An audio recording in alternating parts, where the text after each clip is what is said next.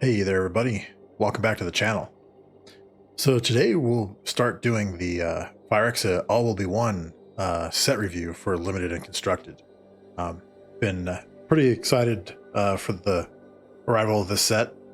Continues the story that started in Dominar United and the Brothers War, and this is part 3 for it, so it looks like a pretty exciting set. And we'll jump into the previews right away here. Been away for a little bit, haven't done as many videos as I had done in the past. I'm working on some pretty exciting projects that I'll be able to share with you for the streaming and Magic related, so that'll be pretty exciting. Just wanted to make that little announcement there that I'll have some new announcements and some really cool things to offer coming up pretty soon here. But we'll get into the review real quick here. Just a quick overview of how I do the reviews. I do them for both Limited and Constructed, and I give them a different rating than some of the other content creators out there. Instead of using a numerical rating or a letter grade rating, I break it into 4 tiers for how I do the evaluation for them. And pretty much the way the 4 tiers are is I have a low rating, which would be represented by the common symbol, and those are pretty much cards that in Limited kind of are fillers for your deck, but aren't necessarily something you'd always include, and something that for Constructed might not actually be in the deck that often. You might use them for like tribal decks or commander decks or something like that, but for the most part you probably wouldn't see them in a Constructed deck. And then I have a mid-level rating, and those are cards that you're most often will put in a Limited deck. They serve a role and end up being pretty powerful when they go together with other cards and end up being a pretty cohesive unit in making your Limited decks come together. For Constructed, there are also kind of a limited range of cards that aren't necessarily going to be in every deck, but will serve a purpose for the strategy you're using. They're kind of like role players, pawns on the chessboard. You're more than happy to have them, but they're kind of the support pieces that help you deliver your strategy for your Constructed decks. Then the next rating level is high, and these are cards that will make a powerful impact for your Limited decks, cards that you'll be happy to draft, maybe first pick in your drafting or sealed deck, definitely include in your deck. And these are the kind of cards that you might want to build around, or that'll be bombs that help you push you over the top to win the game for Limited.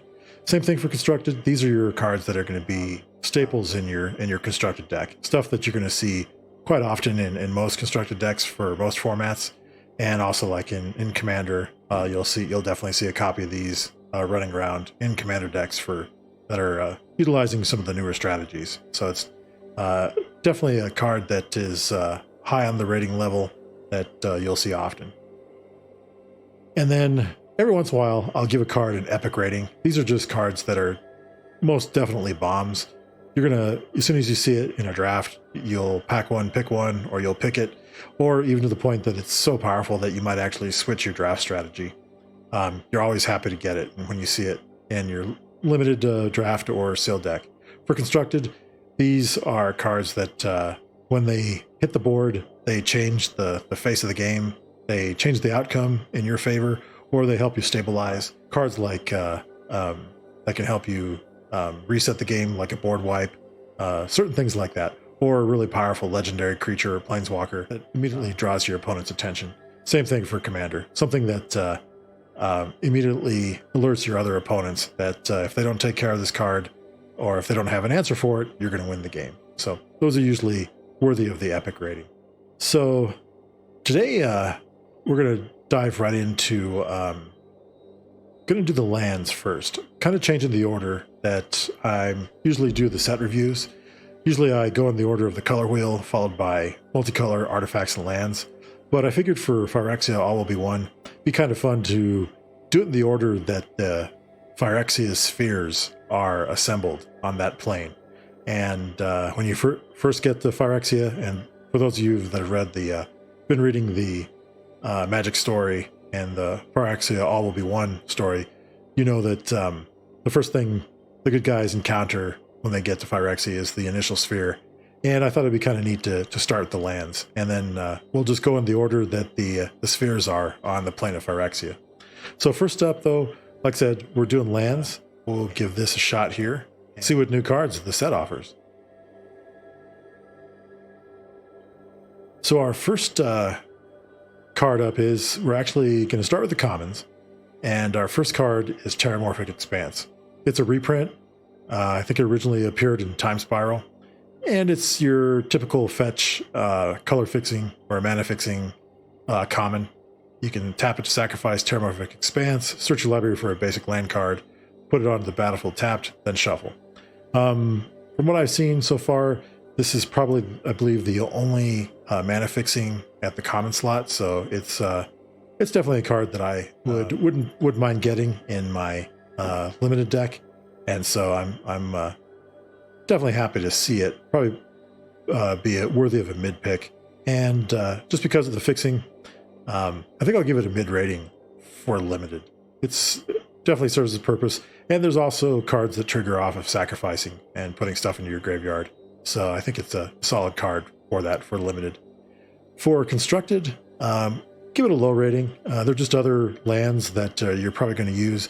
Now, you would see this in your commander decks quite often, just due to the fact that it's a functional reprint of Evolving Wilds, and most commander decks run one of those and one of the Terramorphic Expanse. So probably give that a high-end low rating for constructed.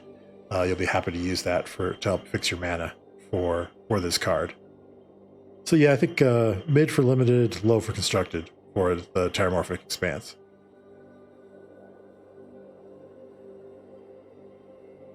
Next up, we have, this is a cycle of cards, common cards for all 5 colors. And I'll go through and name them, and then I'll read off what they do.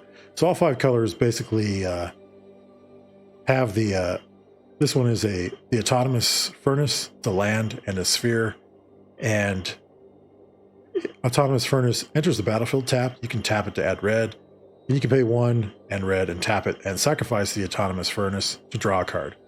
And so that's the one for red. Then we have the Dross Pits. This is the one for black. The Fair Basilica, the one for white. The Hunter's Maze, this is the one for green. And lastly, the Surgical Bay, the one for blue.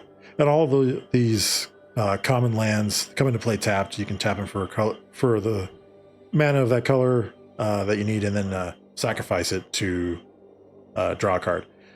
I actually like these. A lot of the lands that you see where you sack to draw a card usually cost 3 or 4 mana to activate that ability. I think this is a little bit better. You'll probably see them most likely in monocolor or 2-color decks. Because of that, I think they have a pretty good utility. I like the use of them. I think I'd give it a mid rating for limited. I would definitely love to have several of these to put in my limited deck. For constructed, I think I'll do a mid as well. You might see these every once in a while in the deck. It's good to have some utility lands, especially lets you draw cards, especially mid to late game when you need that extra card, or you're needing a top deck to help you come back in the game. So I think it's pretty solid game or play design for these lands for each color. So mid across the board for these tap sack lands for drawing a card. And next up are the rare cards. There are no uncommon land cards for the set. But our first up is the cycle of fast lands, and these were originally printed in Scars of Mirrodin. So it's probably been a little over 10 years since these cards saw standard play, and they're pretty common staples in the modern format. So glad they made the reprints. Give a shot at using them in standard again. These are the allied color pairs. So no enemy fast lands this cycle, but they're pretty useful. And so we'll go through them real quick here, and then I'll give my evaluation on them. So the first one is Blackcleave Cliffs. Next one is Copperline Gorge. Next one after that is Dark Slick Shores. Next one after that is Razor Verge Thicket. And then the last one is Seachrome Coast. Of course, each one taps for its allied color pairs. You can either tap to add a white or a blue, green or a white, blue or black, red or green, or black or red. I actually like these cards. These are awesome for first turn land drops, and they instantly help you with your color fixing if you're playing a 2 or 3 color deck. And you know, if you get them late in the game, they do come into play tapped, but they still help you with your color fixing. And because of that, I definitely like these cards. They're really crucial early on in the game when you need efficient land drops and quick mana fixing. So I'm going to give it a high rating for limited, and I'll do the same thing for constructed. They were solid when they first came out during Scars of Mirrodin, and I don't see anything different now. And I think they'll be solid for both limited and constructed, serving the same purpose for both formats. So yeah, high across the board for the fast lands for the Phyrexia all will be one. Next rare is the Phyrexia. It's a land and it's a sphere. There's going to be some cards that do take into account if the land is a sphere. So this is actually, I believe, the second time we've seen a sphere. Those common lands that I previewed earlier are also sphere cards, and you can see them. So those will help and make a difference in anything that counts sphere cards. So the Phyrexia, it's a land, it's a sphere. You can tap to add colorless, or you can tap, add 1 mana of any color, activate only if Phyrexia enter the battlefield this turn. And then you can pay 3 and tap it to create a 1/1 colorless Phyrexian Might artifact creature token with Toxic 1, and this has this creature can't block. Players dealt damage by it also get a poison counter. So this is the first time we're seeing the Might artifact creature token type, and the first time we're seeing Toxic. The Might artifact creature tokens are usually colorless. They're 1/1 creatures that are artifact creatures. That's a key thing to remember, because I believe there's later on in the set we'll preview some cards that trigger off of artifacts entering the battlefield. And the fact they can't block, however, they do have the Toxic 1 ability, and that gives your opponents poison counters. And poison counters are going to be a common feature in this set, along with the triggered ability Corrupt, and that's an ability that will you benefit from if your opponent has 3 or more poison counters. So this is the first appearance of it, and we'll see it again as we go through the set here.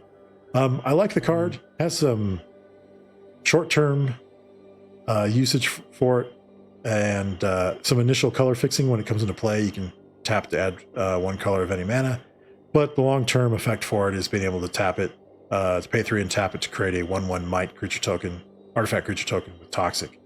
Because of that, I think that's pretty solid. I like it for, I'd give it a mid rating for limited. Due to the fact that those tokens can't block, that's kind of a detriment, but it just means that you're always going to want to be attacking with them if you can, because your opponent's going to have to block them, otherwise they're going to get poison tokens.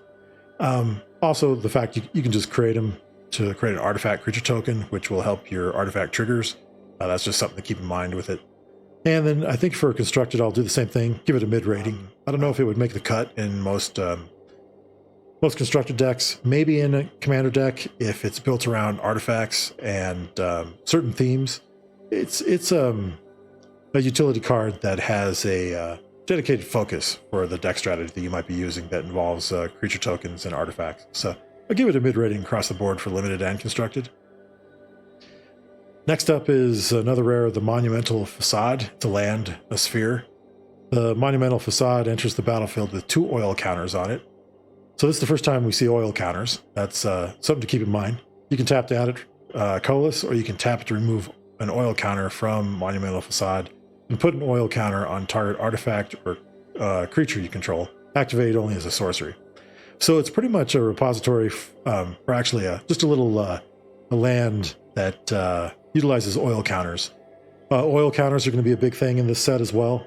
In some instances, oil counters will grant you other abilities.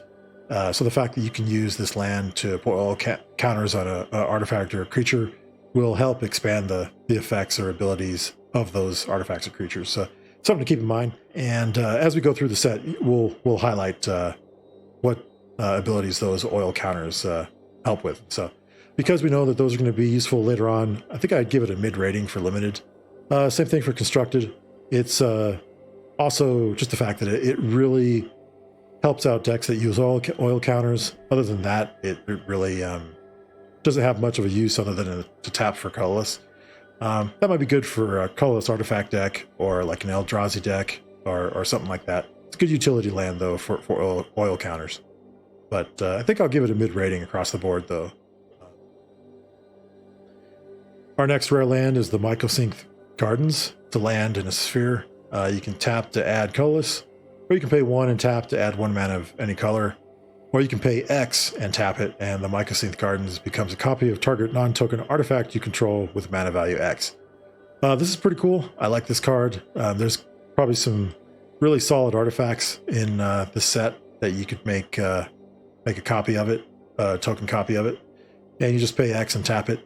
So I think that's pretty decent. I think I'll give it a high rating for limited, just due to the fact that you might be able to get some decent artifacts and then make token copies for them with this card. Can make a difference in the limited game, and it can probably get pretty out of control if your opponent doesn't have an answer for it. So I like it for high for limited. Mid for constructed, just due to the fact that you got to be playing an artifact deck or have artifacts that really make an impact on the game. I could see it being pretty solid with something like, a Seeker's Chariot or Blightsteel Colossus, being able to make a token of those artifacts. Those could be game changers. Definitely have a useful ability.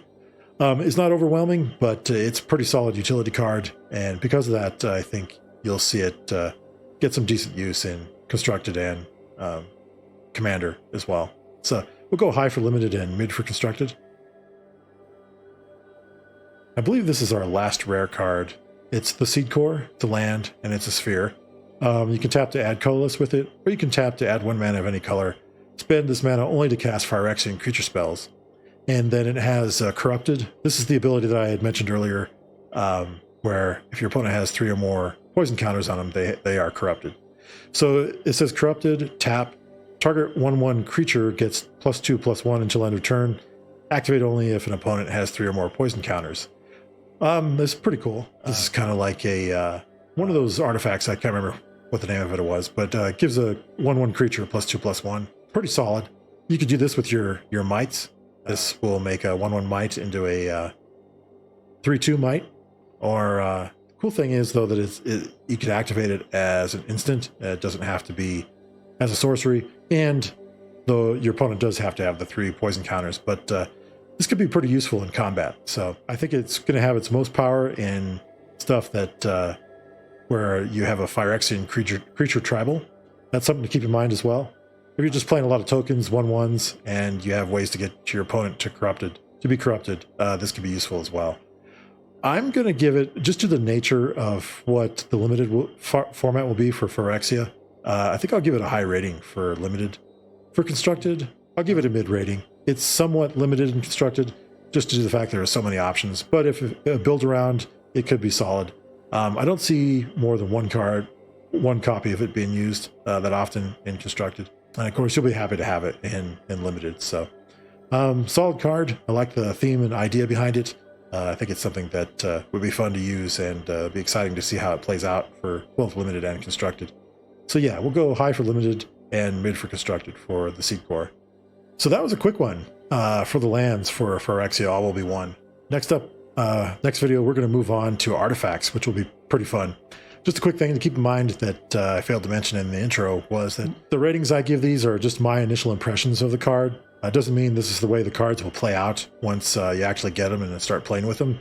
There have been times that I've been pretty accurate with evaluating them. Other times I've been horribly wrong, where the cards ended up being much better than I rated it at, or actually being much worse. So that's the exciting part of doing set reviews. You get to actually see the cards and play them and truly see how they really are and if they're worthy of their review rating. So just something to keep in mind there. But anyway, I think that'll do it for this video. If you want to see the next one and see the rest of the series, Phyrexia All Will Be One, if you haven't done so already, subscribe to my channel, MTG Rogue Players on YouTube. Just hit that subscribe button, hit that like button if you like the video, and you'll get notified when more videos get published. I'm always publishing those. That'll be good. You'll get notified next time when I publish the next video for Phyrexia. But until then, everybody, thanks for watching. We'll see you next time. Take care, everybody. We'll talk to you soon.